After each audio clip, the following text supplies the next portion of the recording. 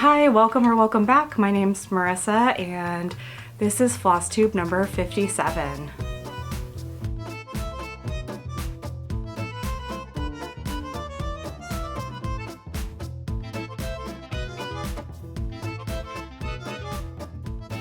Hi, my name is Marissa, MKissa Creations here on Flosstube.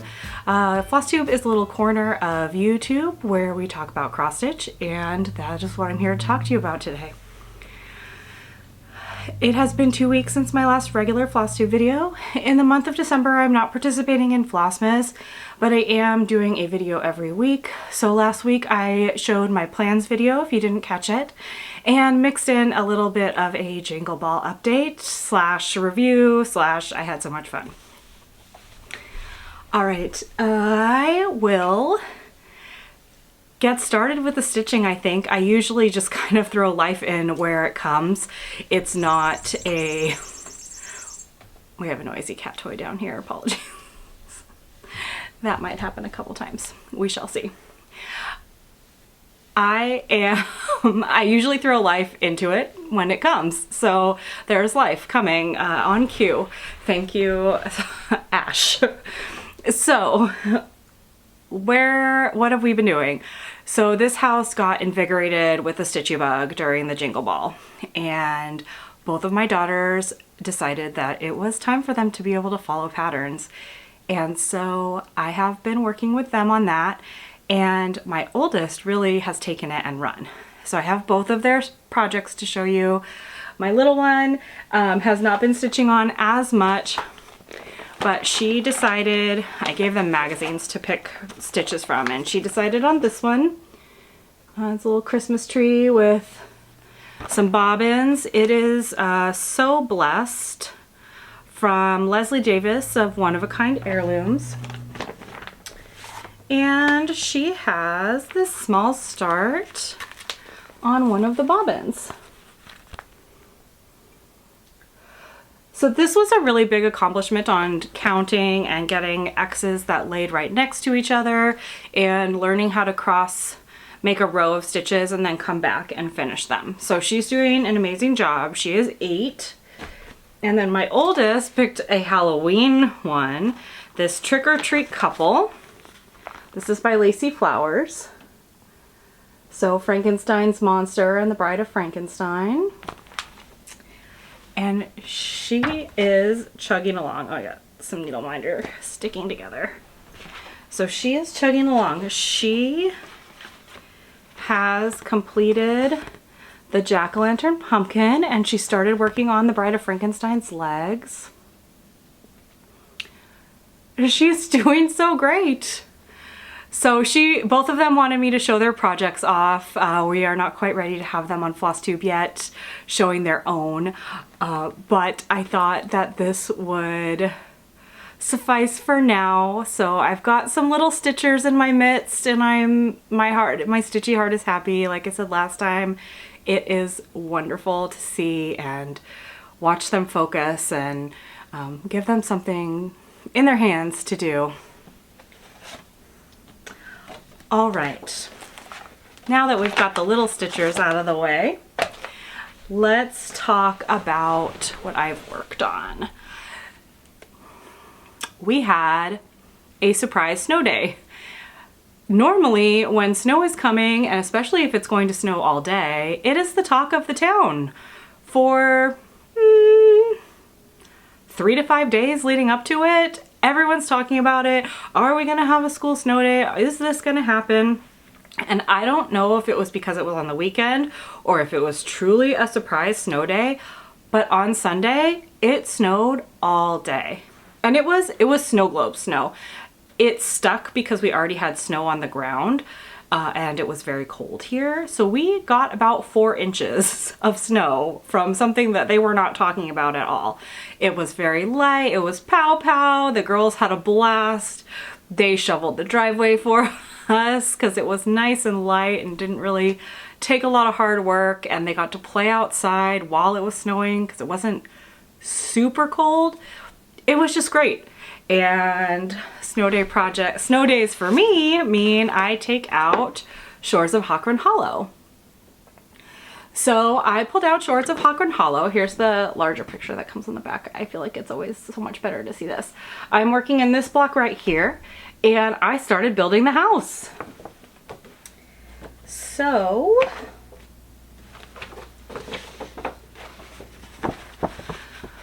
on this snow day, I filled in all of this green down here. I finished up the tree in front of the house and then started building up the house. So that was a good little amount of progress, and I really enjoyed working on it and took advantage of the snowy weather to sit inside, have the football games on, and just enjoy my stitching. Then, oh, I guess I should go back a little bit further. So Jingle Ball, I showed my whips during my Jingle Ball wrap up, but I did work on another one of them, and because you might not be watching any extras during this season of so many extras on Flosstube right now, I'm going to show them both again. So the first whip that I picked up during the Jingle Ball was my Christmas list from Silver Creek Samplers. And I am stitching this on a 36 count Wren from Picture This Plus. And I got a bit done.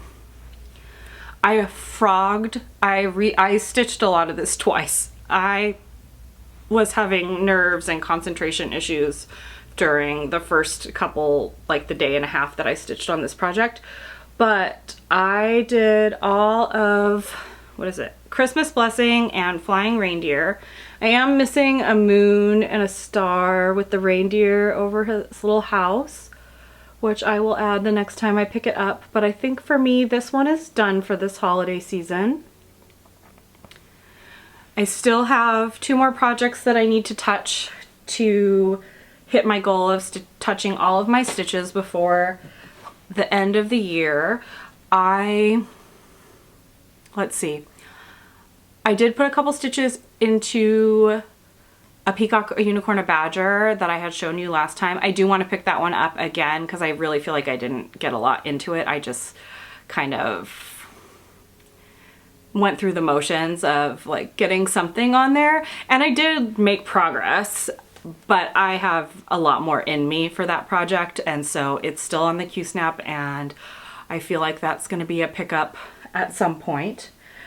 The other project I worked on during Jingle Ball and then have worked on and added some more stitches since then is Lizzie Kate's My Christmas List, or no, Christmas Rules, excuse me. So that is what that will look like when it's finished. And I got more of this top portion done. This big long piece of fabric. It's like that stiffy Wichelt. It's 32 count. And I added, since you've seen it last, I added the S for rules. I added the snowman and this blue snow, and then I filled in part of the R. So I would like to fill in the rest of the white on here. I'm using 3865. It shows up pretty well on this fabric, and so I would say I probably just have one more night of stitching on this to get that white added in, and we'll see if I end up picking it up to give the snowman his top hat or his scarf or something like that. I don't see myself like pushing through and finishing the whole top portion before, but I still feel like this is a pretty great amount of progress. I mean, these are very full coverage. They are full coverage. They're not very full coverage. They're full coverage blocks of stitching. So I put quite a few stitches into this project over this rotation, and I'm happy with the touch that I got on it for this year and for this season. So hopefully it will pop back out maybe at like a Christmas in July type of portion. You will see it again next week. I guess that's a good segue into what I will be doing next week for my non-Flosstube update is I'm going to show you all of my Christmas whips and finishes. Oh, and I have 2 Hanukkah finishes also. So I will show those off next week. That will be what my extra is for that week of December. And yeah, I think that will be really fun. I think I did it 2 years ago. I showed them all off, and so I think it's time to do that again. And it's always really fun to see everybody else's, what they have around their house Christmas stitch wise, and that they set up for the season. Helen D, if you haven't checked her out yet, I'm sure you have, because if you're watching me, you must watch her. She does little tours, like when she sets up her house for the holiday season and goes through the different areas and shows off all of her stitching for those different holidays. So it's pretty great. Oh, and we did our Christmas cards on our Christmas tree this year, like from all of our family and friends, because of the cats. We didn't know how the new kittens would do with the Christmas tree. So far, it's been up for a week and we haven't had any climbing and hiding. They just like being underneath, which is very normal cat behavior. Our Christmas tree skirt is like faux fur too, so it's very good for biscuit making. We have some great little biscuit makers in our house. All right, not next, but I'm saving the good stuff for you know, a little bit later. Next I worked on, this is my car project, Nevermore. It is a Satsuma Street ornament kit that I got. I'm stitching this for my sister for her, one part of her Christmas present. And I finished the white of the skull and started, you know, stitching some of the details. So I don't know, it's crazy. Those little amounts of stitching time add up. I've been adding stitching time to different things, like while I have food in the oven, or while I'm waiting for, you know, someone to get their act together and get dressed, because that seems to take a long time these days. If you have small children, you know, I don't understand. Life update, intermixing. We had a hilarious discussion the other day. I don't understand the shower situation with small children. It is like pulling teeth to get your children into the shower. Pulling teeth. It is the world's worst thing that you could ask them to do. We actually had to mark every other day on our calendar with one of our kids' initials so that they know whose turn it is to go first. It's come beneficial now too, because whoever's name is on there and goes first, like if your name's on the calendar, it's not really your great day. It means you have to get in the shower first, and it means that you're in charge of the litter box that day. So kind of a double bleh, but so far it's working. And then there's like an outline around the letter if it's hair wash night. Getting them into that shower is, I can't. I don't understand. Because getting them out of the shower seems to be even more difficult. If that's possible, I think it's just the exasperation from having spent so much energy getting them into the shower, and then you're just waiting. And where are they? And what are they doing in there? And please wash your body and get out of the shower. And why are you staying in there for so long when you didn't even want to get in the first place? Insane. Anyways. It's a wild ride over here. I know. I'm nuts. Okay. In my last video, I told you I was getting close to a really big milestone on Tiki Beach Sunset from Aimee Stewart. I will post what that looks like when it's finished right here for you. And I made it. Actually, I hit two at the same time, which it was like almost exact. Because of the way that I stitch like outside of the page finish. I got over 50,000 stitches. I'm at 50,051 stitches. And I got my page finish. So that is my 5th page finish on here. I had one when I started the year. And it's my 5th full coverage page finish this year overall, because I finished a page on Mini Which Way by artwork by Molly Harrison. So here is Tiki Beach Sunset as it looks now. It goes all the way down to the bottom, so that's how big it will be. That's the bottom and the top. And I will fold this up and show you more closely where I worked now that it's out of its snappy snap. All right, so I worked in this section here. So this was the page kind of. It ends like in this area right here and comes down to right here. You can kind of see where there start to be like little holes in the stitching. But look at the parrot and the lantern.